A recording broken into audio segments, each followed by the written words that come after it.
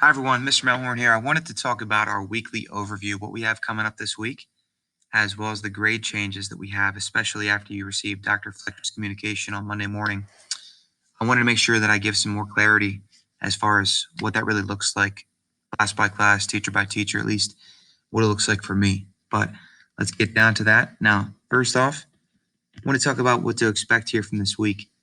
On Tuesday, well, the big idea here is this. We're kicking off the war. And to get into that on Tuesday, the first thing we're going to look at is what were the steps that Abraham Lincoln took when he first stepped into the presidency? What kind of decisions did he have to make?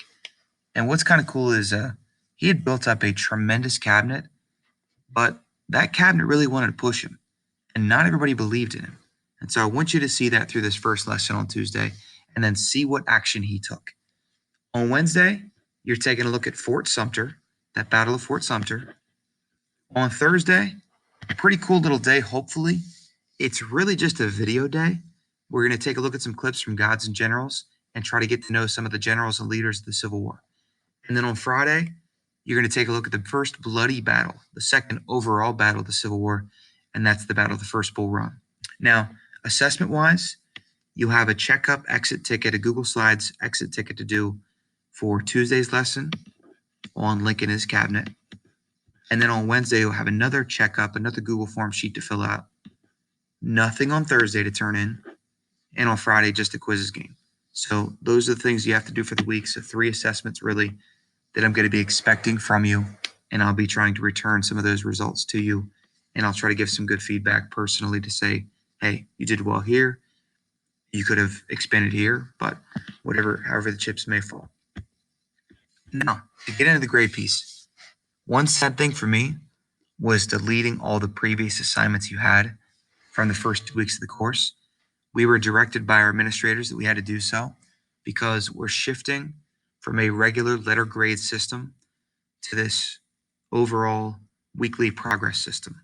And so what you have right now for the first 2 weeks of the trimester is you have 1 4-point grade for what you had done in your progress. Right now, I just put in for everybody a 4 out of 4. Your grades were good, like they were perfectly fine. So each person has an exceeding expectations for those first 2 weeks. So we're starting it off fresh. Everybody's at a 4 out of 4.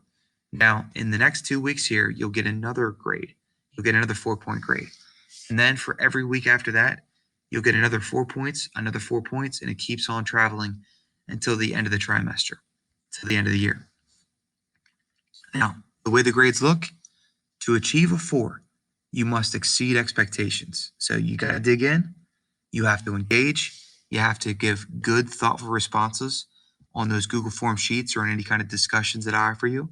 But you really have to be putting some good effort forward. I expect most people are going to live in that 3 area where you're meeting my expectations.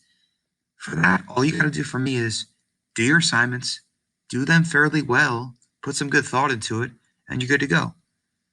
To get anything below that, that means you are not achieving the expectation. You're probably not doing all the assignments, or you're really not putting that much thought into the answers, or you're just not doing this stuff. And so as long as you're doing what you're supposed to do, we'll be good. You'll live in that 3 or 4 range. And at the end of the trimester, it's not a question. You passed. You passed the course. And again, this is a pass-fail system. So no longer we're going to have any kind of like A, B, C, D, E letter grades. It's just you either pass the class or you fail the class. I don't foresee this being a problem for anyone, but altogether, I wanted to make sure to communicate exactly what it looks like.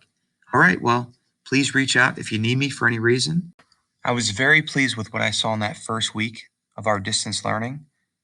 I expect that it's going to continue. I have complete faith in everybody, and I hope that you're doing well, and have a great week. See you next time.